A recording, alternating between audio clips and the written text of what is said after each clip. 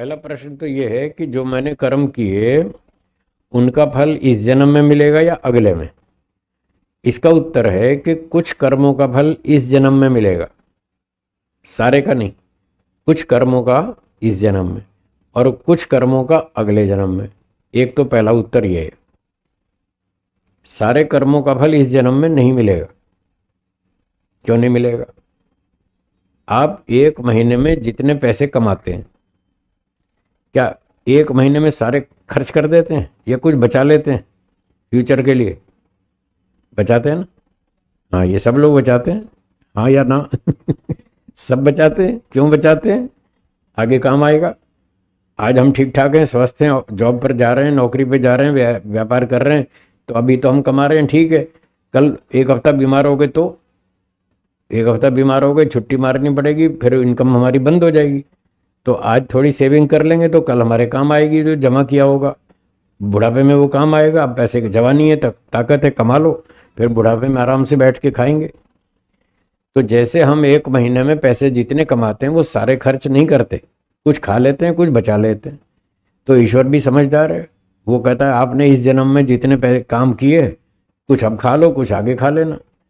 इसलिए आगे के लिए ईश्वर बचा के रखता है, सारे कर्मों का फल एक जन्म में नहीं देता। दूसरी बात आपने ये पूछी कि इस जन्म में तो मैं मनुष्य हूँ, मेरे पास बुद्धि है, तो अब तो मैं समझ सकता हूँ मैंने ये गलती की, मुझे ये दंड मिला, तो मैं आगे गलती नहीं करूँगा।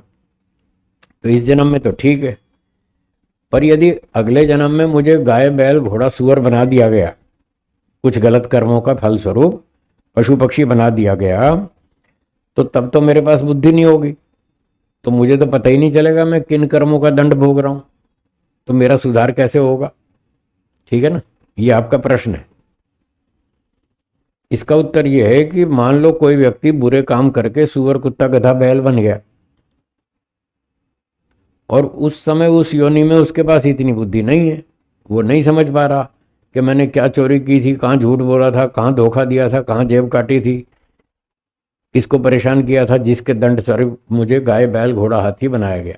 वो नहीं समझेगा, ना समझे, और उसको दंड तो भोगना पड़ेगा। वहाँ कर्म का फल जो दंड है, दुख, वो तो उसको भोगना पड़ेगा बैल घोड़ा हाथी बन करके। अब वो सुधरेगा और समझेगा कब? इसका उत्तर ये है कि पशु पक्षियों को ईश्वर ने इतनी बुद्धि नहीं दी कि वो इस बात को समझ पाए, लेकिन मनुष्यों को दी है। आज मैं और आप मनुष्य हैं, मैं और आप इन गाय घोड़े कुत्ते गधे को ध्यान से देखें और इनके जीवन को देखें, बेचारे कितने परेशान हैं। इनको खाने की कोई सुरक्षा नहीं है, पता नहीं खाना मिलेगा कि नहीं मिलेगा। कुत्ते गलियों में घूमते रहते हैं, क्या गारंटी है खाना मिलेगा? कोई गारंटी नहीं है। अब ठंडी आने वाली है, धीरे धीरे ठंड बढ़ेगी, रात को ठंड बढ़ेगी, आप तो कंबल रजाई में घुस के सोएंगे, कुत्ते बेचारे सारी रात ठंड में मरेंगे। उनके पास कोई सुविधा नहीं है, कोई कंबल नहीं, कोई रजाई नहीं, कोई शेड भी नहीं है, बेचारे खुले में ही सोते हैं। तो आपके पास भगवान ने इतनी बुद्धि और ये सुविधा दी है कि आप इन प्राणियों को देखकर समझ सकते हैं कि ये प्राणी ईश्वर ने बनाए हैं, हम और आप तो बना नहीं सकते। कोई देश की सरकार नहीं बना सकती इनको गाय घोड़ा सूअर कुत्ता, वो तो भगवान ही बना सकता है।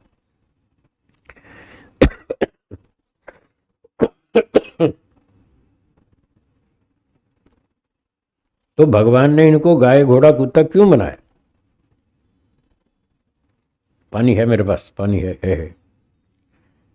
भगवान ने इनको गाय घोड़ा सूअर कुत्ता क्यों बनाया? क्या इन्होंने कोई पाप किए थे उसका दंड दिया या फ्री में बनाया? क्या उत्तर है? पाप किए थे। वो नहीं समझ पाएंगे, आप समझ लेंगे। आपको भगवान ने बुद्धि दी है, तो आप इन प्राणियों की हालत देखकर समझ सकते हैं कि ईश्वर ने इनको दंड दिया है। इन्होंने घोटाले किए, झूठ छल कपट चोरी बेईमानी की है।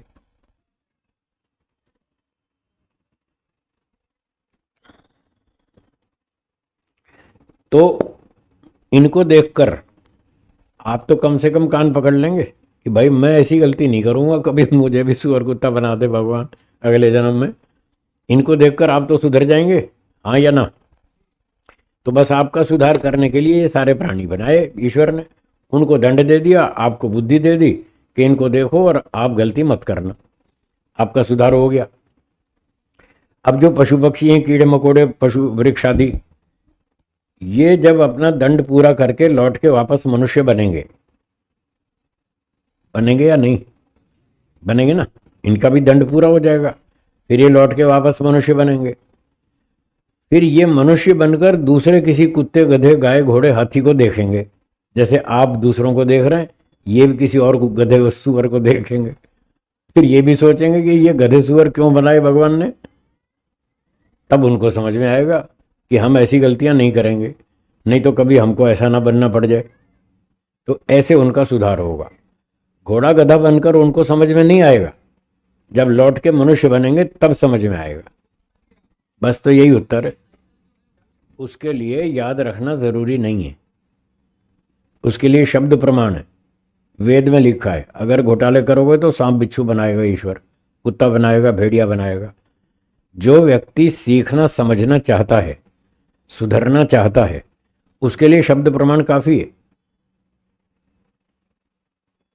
दुबई में चोरी करके दिखाओ, हिम्मत है तो, है हिम्मत है? क्यों? आपको शब्द प्रमाण से पता चल गया, चोरी करेंगे दोनों हाथ काट देंगे, दोनों हाथ काट देंगे। आपको शब्द प्रमाण से पता चल गया, आपने देखा तो है नहीं, बस सुना है कि अरब देशों में अगर चोरी करोगे तो दोनों हाथ काटेंगे। तो इस शब्द प्रमाण से आपका सुधार हुआ कि नहीं हुआ? हो गया ना। तो ऐसे ही वेद में लिखा है, घोटाले करोगे तो भगवान सुअर बनाएगा, कुत्ता बनाएगा, सांप बनाएगा, बिच्छू बनाएगा। वो शब्द प्रमाण से अगर आपको समझना है तो इतना शब्द प्रमाण काफ़ी है, आप समझ सकते हैं। ट्रेन में लिखा रहता है पटाखे ले जाना मना है, जेब काटना मना है, दूसरे को तंग करना मना है, वरना आपको इतनी जेल होगी, इतनी सज़ा होगी, वहाँ लिखा है। तो लोग उस सज़ा को पढ़ते हैं और सुधर जाते हैं, नहीं करते गलती। और अगर ये लिख दें कि आप जो मर्जी करो, कोई दंड नहीं है, देखना फिर 1 घंटा भी नहीं जी पाएंगे। तो इसलिए दंड के कारण व्यक्ति सुधर जाता है। कुछ तो शब्द प्रमाण से सुधर जाएगा जिसको सुधरना है, सबकी बात नहीं कर रहा, सारे लोग नहीं सुधरते। जिनके संस्कार अच्छे होते हैं वो लोग सुधरते हैं, जिनके अच्छे संस्कार हैं पूर्व जन्मों के, वो लोग सुधरते हैं। जिनके संस्कार खराब हैं पूर्व जन्म के भी और इस जन्म के भी, वो नहीं सुधरते। वो तो कहते हैं कर ले, क्या करेगा, मैं तो करूंगा, कर ले तू, मेरा क्या करेगा, मैं तो ये करूंगा। वो ऐसे अड़ जाते हैं, कितना भी पीट लो कोई असर नहीं। कितने गैंगस्टर हैं जो यही काम करते हैं और जेल जाते हैं, फिर छूट के आते हैं, फिर वही काम करते हैं, फिर गोली मारते हैं, उनका धंधा ही है। वो नहीं सुधरेंगे, उनकी बात छोड़ो। जो बुद्धिमान है, संस्कारी हैं, वो लोग इस पशु पक्षी को देखकर इधर तो अनुमान लगाएंगे और उधर वेद पढ़ के शब्द प्रमाण से लाभ उठाएंगे। दोनों प्रमाणों से उनका सुधार हो जाएगा। ठीक है। दुनिया में जितने भी लोग आज तक सुधरे हुए हैं, आप भी और मैं भी, सब आगे बीच में, और भूतकाल के जितने भी महापुरुष हुए, जितने भी ये सुधरे हुए हैं, वो सिर्फ दंड के कारण ही सुधरे। चाहे महर्षि पतंजलि हो, चाहे महर्षि दयानंद जी हो, सब दंड के कारण सुधरे हैं। जिसको दंड समझ में आता है वो गलती नहीं करेगा, और जिसको दंड समझ में नहीं आता वो गलती करेगा। बिजली की तार छुएंगे हैं? क्यों? दंड समझ में आ गया ना। बिजली की तार छुएंगे तो तत्काल दंड मिलेगा, ये आपको समझ में आ गया, इसलिए आप तार नहीं छुएंगे। ये मेरा प्रमाण है। हाँ बोलिए।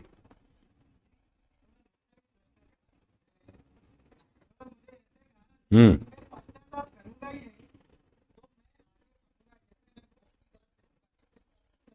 यहां मनुष्य योनि में पश्चाताप करेंगे जब आपसे गलती होगी ना। याद रखना जरूरी नहीं है, बिना याद रखे भी शब्द प्रमाण से हमारा काम चल जाएगा। याद रखना कोई जरूरी है? अगर पिछली बातें याद आने लग गई तो जीना मुश्किल है। आदमी सुसाइड करके मरेगा या सामने वाले को तोप से उड़ा देगा, गोली से उड़ा देगा, वो जी नहीं पाएगा, या तो मरेगा या मारेगा। उसको जब पिछली घटनाएं याद आएंगी कि इसने मेरे साथ कितने अत्याचार किए हैं। नहीं, आपको जब भी घटना याद आएगी पूर्व जन्म की कि मेरे साथ ही इस व्यक्ति ने इतने अत्याचार किए, आपको रात को नींद नहीं आएगी। आप पिस्तौल लेके ढूंढेंगे कहाँ है वो, चंडीगढ़ में कि अमृतसर में, साले को पहले मारूंगा तब मैं सोऊंगा। आपको नींद नहीं आएगी, आपका जीना हराम हो जाएगा। इसलिए भगवान ने बहुत अच्छा किया कि पिछली बात भूल जाओ, नए सिरे से जियो। आदमी एक ही जन्म में इतना दुखी है बेचारा, सुसाइड कर लेता है। एक ही जन्म में इतना परेशान हो जाता है वो बेचारा, सुसाइड कर लेता है। और पिछले 10 जन्म के दुख और याद आ गए तो कैसे जिएगा। इसलिए ईश्वर ने बहुत अच्छा किया, पिछली बात भूल जाओ। ईश्वर तो कहता है इस जन्म की भी भूल जाओ, आप पिछली याद करना चाहते हैं, ये तो और भी खतरे वाली बात है। इस जन्म की जो दुर्घटनाएं, अन्याय की घटनाएं आपके साथ हुई, उन सबको भूल जाओ, उनको याद मत करो। जितना याद करोगे उतना आपका दुख बढ़ेगा, उतना गुस्सा बढ़ेगा, उतनी अंदर आग जलेगी, उतना द्वेष बढ़ेगा अगर दुखदायक घटनाओं को याद करेंगे तो वेद और ऋषि तो ये कह रहे हैं कि जो दुखदायक घटनाएं हैं, इस जन्म की भी घटनाएं हैं, उनको याद मत करो, उनको भूल जाओ, डिलीट करो। जो अच्छी घटनाएं हैं उनको याद करो, उनको दोहराओ। आपके अंदर सुख बढ़ेगा, उत्साह बढ़ेगा, जोश आएगा कि मैं और अच्छे काम करूंगा। पहले मैंने अच्छे काम किए, मुझे अच्छा इनाम मिला, अब मैं और अच्छे काम करूंगा, मेरे को और अच्छा इनाम मिलेगा।